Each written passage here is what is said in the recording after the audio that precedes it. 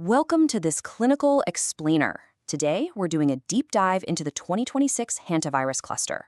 But we aren't just looking at the microscopic pathogen. We're zooming all the way out to its massive geopolitical and economic shockwaves. As public health officials, you know it's absolutely vital to grasp not just the biology of a viral outbreak, but the systemic ripple effects it triggers across the globe.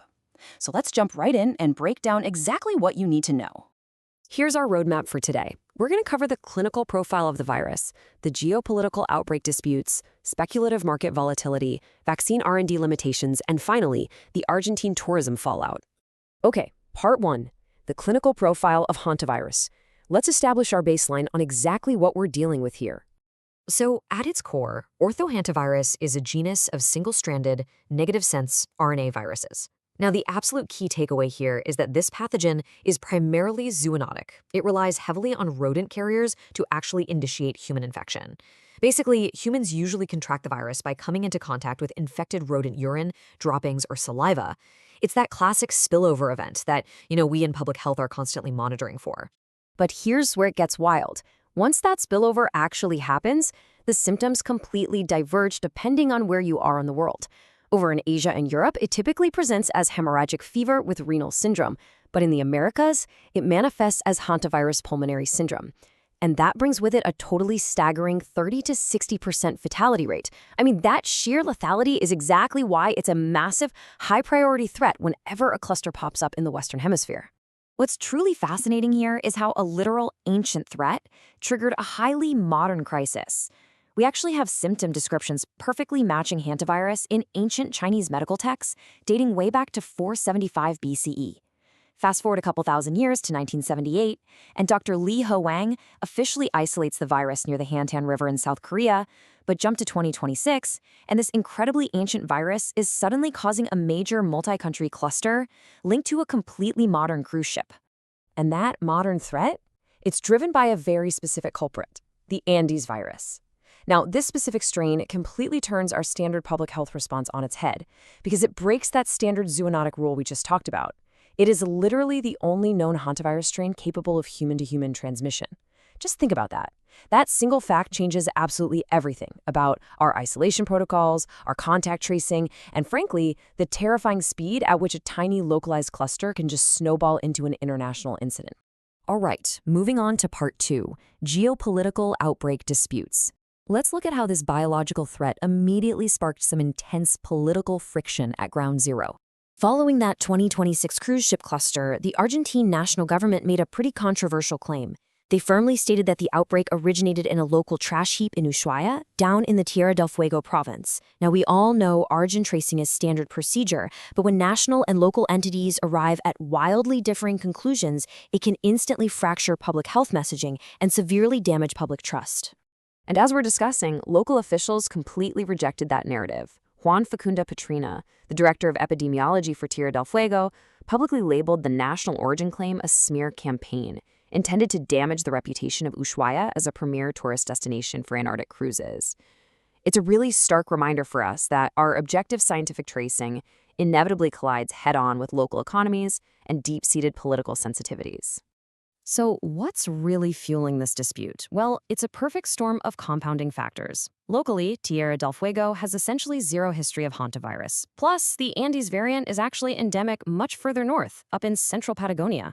But you also have to factor in the broader political backdrop, sweeping federal budget cuts to the health system, and a national withdrawal from international health organizations. It's honestly a textbook case study in how resource disputes and political tension can totally complicate effective outbreak management. Now let's zoom out to part 3, speculative market volatility. We need to shift gears from the clinical level to examine the immediate macroeconomic reaction in the biotech sector. Whenever a viral outbreak hits the news cycle, the market reacts fiercely. Investors immediately scrambled to back pharmaceutical companies with potential vaccine candidates. Moderna surged nearly 12% after confirming early-stage research with the U.S. Army. Inovio jumped 11%, and Novavax was up 5%. As public health officials, we really have to watch these speculative surges closely, right? Because sudden market capitalization often dictates the speed and the scale of private sector responses. But then, get this, you have Traws Pharma. They saw a totally staggering 28.2% surge, spontaneously adding roughly $6 million to their valuation. And what did they actually do to earn this windfall? Absolutely nothing clinically. No, really, they just announced plans to screen their existing antiviral platform for candidates. It perfectly illustrates how wildly sentiment-driven the market can be during an initial scare, just throwing millions of dollars at the mere suggestion of speculative research. That brings us to part 4, vaccine R&D limitations. We have to contrast those wild, speculative short-term stock gains with the sobering long-term market fundamentals. And this brings up a massive critical mystery. Despite decades of ongoing research and those sudden bursts of market excitement we literally just looked at, why does our clinical arsenal remain completely empty? Why on earth is there still no licensed hantavirus vaccine or specific treatment available to deploy when a cluster like this hits? While the harsh reality is deeply rooted in both finance and logistics, financial analysts at Evercore ISI describe hantavirus as a structurally small market. In corporate speak, that basically means there just aren't enough sustained cases to justify massive ongoing R&D spending. But clinically, the real bottleneck is trial execution. The extreme rarity of cases means you simply cannot execute phase 3 clinical trials in the field. I mean, without a large active outbreak, you can't prove a vaccine's efficacy. The virus is simply too deadly to ignore, but far too rare to effectively cure under current market dynamics. It's a vicious cycle. Interestingly enough, the broader capital inflows we see during these outbreaks aren't actually about solving niche pathogens at all. Institutional managers increasingly view the broader healthcare sector as an AI-immune defensive investment.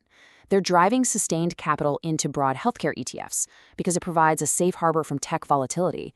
They aren't doing it to fund risky phase 3 trials for rare zoonotic viruses. So while the broader healthcare sector grows overall, funding for these structurally small pathogens remains entirely stagnant. Okay, part 5, Argentina tourism fallout. Finally, let's bring this right back down to ground level and examine the real-world economic casualties of this entire dynamic.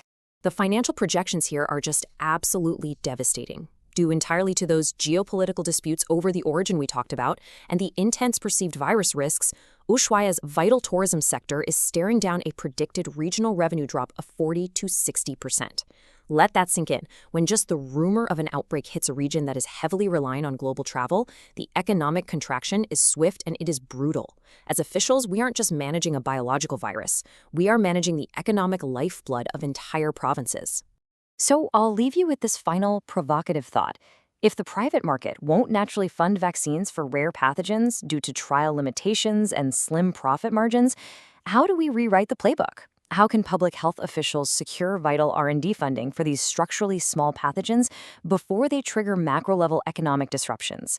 That is the defining question we must answer before the next outbreak strikes. Thanks for tuning into this explainer. Keep analyzing and stay prepared.